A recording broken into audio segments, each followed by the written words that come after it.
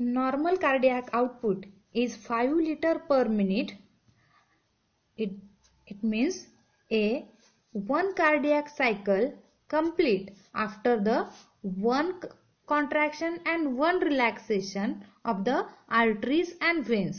यामध्ये pumping action मध्ये दोन्ही आर्टरीज आणि atrial chamber and ventricular chamber can be alternately contract and relaxation process takes place. It is nothing but the cardiac cycle and one cardiac cycle complete within a 0.8 second. हे आपण बघितलंय की 0.8 second मध्ये एक cardiac cycle काय होते complete होते आणि या पूर्ण एका कार्डियाक सायकल मधून पूर्ण आपल्या शरीरामधलं सगळं ब्लड काय होतं तर पास होतं.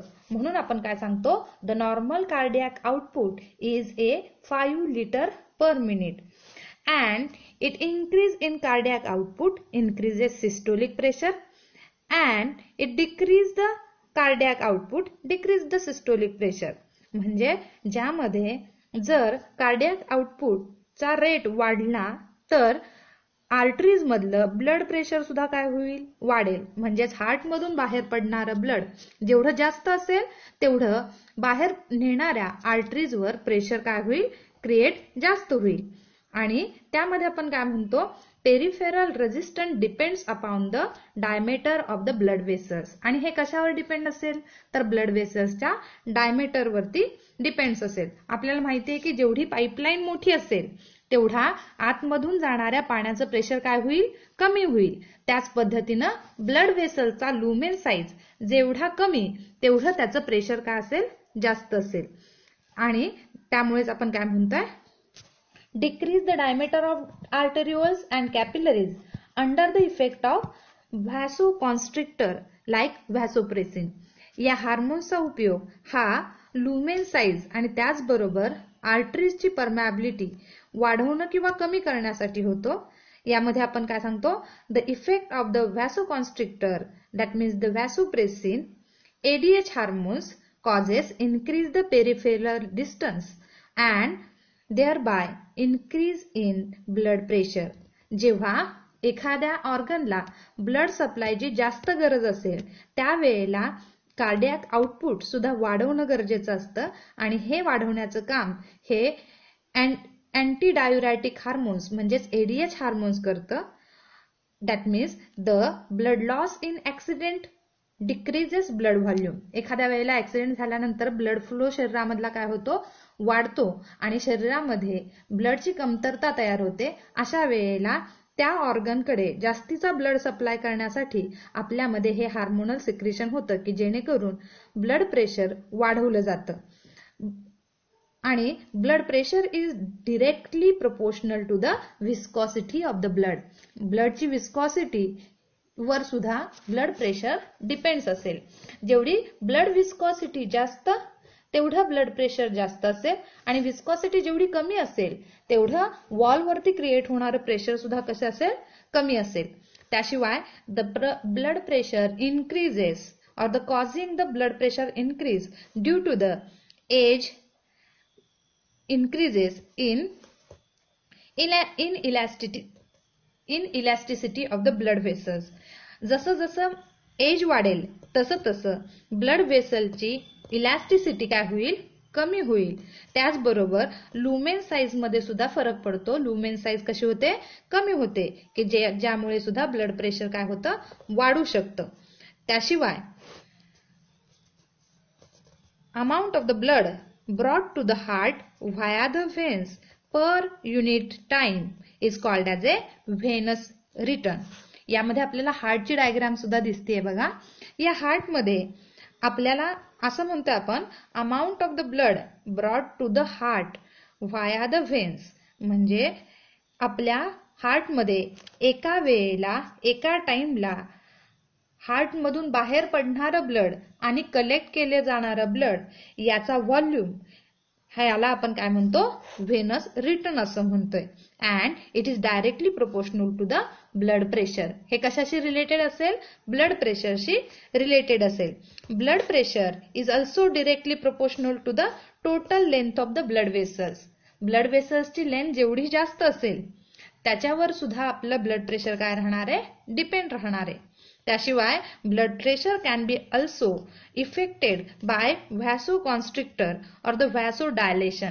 व्हॅसोकॉन्स्ट्रिक्टर काय करतात, तर ब्लड व्हेसल्सची डायमीटर साईज किंवा आतमधला लुमेन साईज कमी करतात, कॉन्ट्रॅक्ट करतात, आणि डायल्युटेड किंवा व्हॅसोकॉन्स्ट्रिक्टर हे डायमीटर कमी करतील, आणि व्हॅसोडायलेशन हे ब्लड व्हेसल्सचा डायमीटर काय करणार आहेत, वाढवणार आहेत. In generally the female have slightly lower BP than male. Female मध्ये ब्लड प्रेशर हे काय असेल, कमी असेल as compare to male. Next आपण बघूयात the measurement of the blood pressure. आता हे ब्लड प्रेशर कसं मोजलं जातं किंवा कोणतं इन्स्ट्रुमेंट वापरलं जातं, तर in generally the blood pressure is measured with the help of instrument called as a sphygmomanometer. हे दिसेल इन्स्ट्रुमेंट, याला आपण काय म्हणतो, स्पिग्मोमॅनोमीटर असं म्हणतो. याच्या वरच्या साईडला आपल्याला आकडे दिसत आहेत की जे सिस्टोलिक आणि डायस्टोलिक अशा दोन्ही व्हॅल्यू काय करतील, दाखवतील. आतमध्ये त्यामध्ये मर्क्युरी आहे. जेवढं ब्लड प्रेशर असेल तेवढा मर्क्युरीचा तो जो रो आहे तो वाढतो, आणि इथे आपल्याला ब्लड प्रेशर काय होतं, इंडिकेट केलं जातं. त्याशिवाय इथे आपण खाली बॅग्स लाईक स्ट्रक्चर दिसतेय की जी आर्म्सला काय केली जाते, पॅक केली जाते, आणि खालच्या पंपनं त्यामध्ये एअर प्रेशर क्रिएट करून पल्स रेट आणि हार्टबीट पल्स रेट काय केल्या जातील, चेक केल्या जातील, आणि त्याच्यावरून त्या पर्सन्सचा बीपी हाय किंवा लो हे काढलं जाईल. इथे लक्षात घ्या, इथे दिसतंय ते मर्क्युरी आणि साईडला असलेले डायस्टोलिक सिस्टोलिक प्रेशरचे आकडे दिसत आहेत. खाली इथे आपल्याला वायर लाईक स्ट्रक्चर दिसेल आणि ही बॅग दिसेल. तुम्ही दवाखान्यामध्ये गेल्यानंतर बीपी चेकही केला असेल, त्यावेळेला आपल्याला हाताला हे गुंडाळलं जातं आणि ह्या पंपानं त्यामध्ये काय केले जाते, एअर क्रिएट केली जाते की जेणेकरून पल्स आपल्याला सहज इंडिकेट करतील आणि स्टेटिस्कोपनं ते चेक केले जातात. अशा पद्धतीनं ब्लड प्रेशर चेक केलं जाईल. Blood pressure is measured with the help of instrument called as a sphygmomanometer.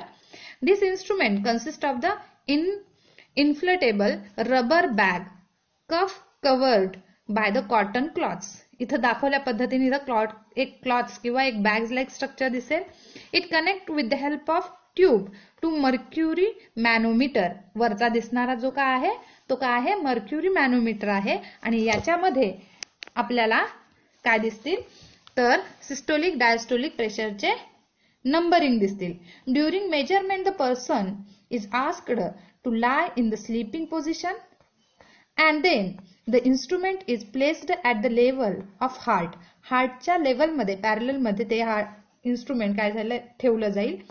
The cuff is tightly wrapped around the upper arm. आपल्या हाताला वरच्या साईडला ते काय होतं, गुंडाळलं जातं. And the cuff is inflated till the branchial artery is blocked due to the external pressure. खाली दिलेल्या प्रेशर मुळे ते काय होईल, त्याच्यामध्ये प्रेशर क्रिएट केली जाईल आणि या ठिकाणी अप्पर आर्म्सचे ब्रँकियल आर्टरी ब्लॉक करून तिथलं प्रेशर काय केलं जाईल, मेजर केलं जाईल.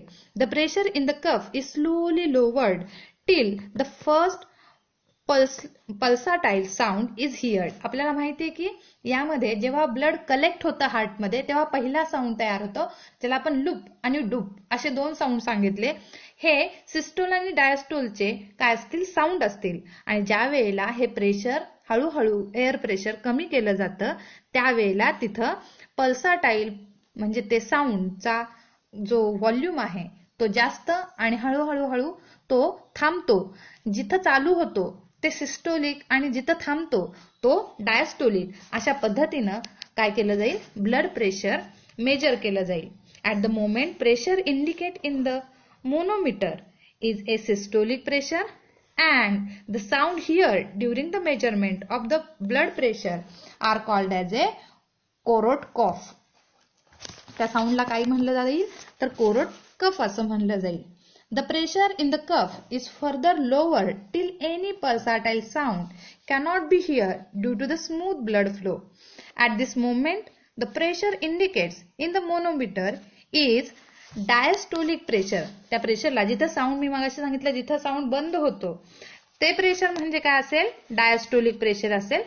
And optimal blood pressure in the normal person level read about the, मगाशी सांगितलं तेच ब्लड प्रेशर आपलं राहणार आहे 120 हे सिस्टोलिक, 80 डायस्टोलिक आणि त्याचं युनिट मिलीमीटर पर मर्क्युरी म्हणजे एचजी. त्यानंतर नेक्स्ट आपण बघूया पॉइंट हायपरटेन्शन. हायपरटेन्शन म्हणजे काय, तर हे ब्लड प्रेशर नॉर्मल लेवल आपल्याला माहिती आहे 120 हे सिस्टोलिक आहे आणि 80 डायस्टोलिक आहे. पण काही वेळेला हे नॉर्मल ॲव्हरेज लेवल पेक्षा कधी कधी काय होईल, ब्लड प्रेशर वाढेल आणि या वाढलेल्या ब्लड प्रेशरला हायपरटेन्शन, आणि जर ॲव्हरेज लेवलपेक्षा ब्लड प्रेशर कमी झालं तर त्याला आपण लो ब्लड प्रेशर असं म्हणतो. आता त्यामध्ये the persistently raised blood pressure higher than the normal is called as a hypertension. इथं आपल्याला जर ब्लड प्रेशर हे नॉर्मल लेवलपेक्षा वाढलं, आता ते कुठपर्यंत वाढतं तर 140 इथपर्यंत सिस्टोलिक ब्लड प्रेशर वाढेल आणि डायस्टोलिक 90 पर्यंत काय होईल, वाढेल, तेव्हा त्याला आपण काय म्हणणार तर हायपरटेन्शन असं म्हणणार आहे. The hypertension is again increased up to the 180 or 120 in level. जेव्हा 140च्या पेक्षा सुद्धा ही लेवल सिस्टोलिकची 180 पर्यंत जाते, म्हणजे 180 पर्यंत सिस्टोलिक ब्लड प्रेशर जाईल आणि 120 पर्यंत डायस्टोलिक प्रेशर जाईल, अशा वेळेला it dangerous to the health. या वेळेला काय होईल तर हे डेंजर ठरू शकतं. कशासाठी तर it may be damage the heart, brain and kidney. आपल्याला माहिती आहे की ब्रेन स्ट्रोक होतो किंवा हार्ट मध्ये कलेक्ट करणाऱ्या वेसल्स मध्ये कुठेतरी डॅमेज येतं. अशा वेळेला काय झालं असेल तर ब्लड प्रेशर हे नॉर्मल लेवलपेक्षा हाय लेवलवरती काय झालं असेल, वाढलं असेल आणि हे प्रेशर ती वॉल काय करू शकत नाही, कॅरी करू शकत नाही, त्यामुळे ती काय होणार, बस्ट होणार. आणि या वेळेला हे बस्ट कुठं होतं तर जिथं विसरल ऑर्गन आहेत, म्हणजे सगळ्यात जास्त ब्लड सप्लाय ज्या ऑर्गनला होतो त्या ऑर्गन मध्ये हा ब्लड सप्लाय काय होईल, डॅमेज होईल. Due to that the blood can be flow in a heart region, brain region as well as in kidney region. इथं आपल्याला 3 डायग्राम दिसत आहेत. यामध्ये पहिल्या डायग्राम मध्ये आपण म्हणतोय it create normal pressure on the wall of arteries. Second diagram it indicate the increase the pressure on the wall of arteries. आतमधला लुमेन साईज थोडासा कमी झालेला दिसतो सेकंड डायग्राम मध्ये आणि यामुळं या आर्टरीज मध्ये ब्लड फ्लो काय होईल, प्रेशर जास्त क्रिएट होईल. आणि तिसऱ्या डायग्राम मध्ये आपल्याला दिसेल की हे प्रेशर सहन न झाल्यामुळं ही ब्लड प्रेशरची जी वॉल आहे किंवा ब्लड वेसल्स आहे ही काय होईल, डॅमेज होईल आणि डॅमेज झाल्यामुळं आतमधला ब्लड फ्लो काय होणार, बाहेर येणार. याला आपण काय म्हणतो, it is nothing but the hypertension. Next point आपण त्यामध्ये बघू, कोरोनरी आर्टरी डिसीज. आता यामध्ये कोरोनरी आर्टरी डिसीजलाच आपण काय म्हणतो, it is non as A atherosclerosis. Atherosclerosis म्हणजे काय तर it nothing but the deposition of calcium, fats, cholesterol and fibres. हे काय होतील तर आर्टरीच्या वॉलवरती हे वॉल दिसते, या वॉलवरती इथं ॲरो जिथं दाखवलं तिथं दिसेल बघा, त्यामध्ये कॅल्शियम, फॅट्स, कोलेस्ट्रॉल अशा वेगवेगळ्या सबस्टन्स ॲक्युमुलेट होतात, डिपॉझिट होतात आणि ते वॉलला अटॅच राहतात. ज्यामुळं काय होईल, due to that the narrowing size of the blood vessels. Blood व्हेसल्सची साईज काय होईल, नॅरो होईल आणि नॅरो झाल्यामुळं त्या ठिकाणी ब्लड प्रेशर क्रिएट होईल. आणि यामुळे आपण काय म्हणतोय, it is nothing but the disease of arteries and it nothing but the coronary artery disease.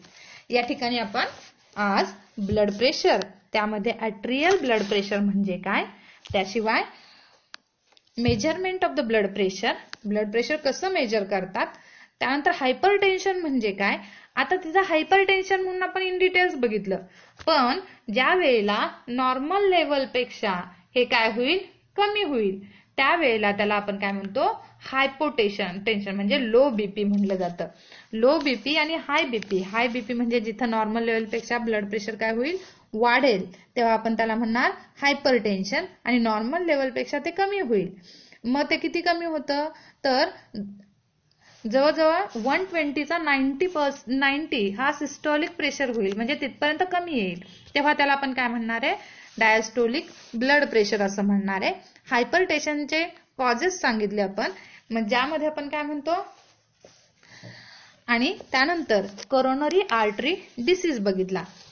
आता त्यानंतरचा जो पॉइंट आहे एंजिना पेक्टोरिस, त्यानंतर एंजिओग्राफी हे पॉइंट, आणि हार्ट ट्रान्सप्लांट म्हणजे काय हे थोडक्यात मी सांगते, पण हे तुम्हाला सिलेबस मध्ये आता नाही. त्यामध्ये एंजिओग्राफी म्हणजे काय तर X ray image of the cardiac blood vessels. इथं कार्डियाक ब्लड वेसल्सचा स्टडी करण्यासाठी आपल्याला इथं एक इमेज काढली जाते, ज्याला आपण काय म्हणतो, कार्डिओ एंजिओग्राफ असं म्हणतो. तुम्ही एंजिओग्राफी ऐकली असेल की ज्यामध्ये इंटरनल हिस्टोलॉजिकल स्ट्रक्चर यामध्ये काय होतं, इंडिकेट केलं जातं. याशिवाय यामधून आपल्याला वेसल्स मध्ये असलेले ब्लॉकेजेस हे सुद्धा आपल्याला लगेच काय होतात, इंडिकेट होतात, आणि त्यामुळं पुढे येणारा जो हार्ट फेल्युअर किंवा इतर अथेरोस्क्लेरोसिस यांसारख्या वर आपल्याला लगेच ट्रीटमेंट घेता येते. त्यानंतर हार्ट ट्रान्सप्लांट म्हणजे काय तर यामध्ये replacement of the सिव्हिअरली damaged heart by normal heart from brain dead or recently dead donor. जेव्हा एखादा पर्सन हा रिसेंटली काय झाला असेल, डेड झाला असेल, किंवा ब्रेन डॅमेज झालेली जी व्यक्ती असतात की ज्यांच्या हार्ट पंपिंग चांगलं असेल, अशा नॉर्मल पर्सनचं हार्ट डॅमेज झालेल्या हार्टच्या ठिकाणी रिप्लेस केलं जातं. या प्रोसेसला आपण काय म्हणतो, हार्ट ट्रान्सप्लांट असं म्हणतो. आणि यानंतर सायलेंट हार्ट अटॅक म्हणजे काय तर ज्यामध्ये silent heart attack it is nothing but the myocardial infraction, that means the heart attack. यामध्ये काय होईल तर lacks the general symptoms of the classic heart attack. यामध्ये chest pain, hypertension, shortness of the breath म्हणजे श्वास घ्यायला त्रास होणं, ह्या सगळ्या सिम्पटम्सला आपण सायलेंट हार्ट अटॅक असं म्हणतो, की ज्यामध्ये लुमेन साईज कमी झाल्यामुळं हार्टला पाहिजे तेवढा ब्लड सप्लाय होत नाही, आणि त्यामुळं हार्टची रिक्वायरमेंट ऑक्सिजनची असेल किंवा ज्यामध्ये आपण म्हणतो चेस्ट पेन होईल. या सगळ्या सिम्पटम्सला आपण काय म्हणतो, सायलेंट हार्ट अटॅक असं म्हणतो. या पॉइंट मधले हार्ट ट्रान्सप्लांट, हार्ट अटॅक आणि एंजिओग्राफी हे तिन्ही पॉइंट सिलेबस मधून काय झालेत तर आता रिड्यूस झालेले आहेत. इथपर्यंत आपण काय केला, आज पार्ट कंप्लीट केला. नेक्स्ट लेक्चरला इलेक्ट्रोकार्डिओग्राम म्हणजे काय याविषयी आपण माहिती बघू.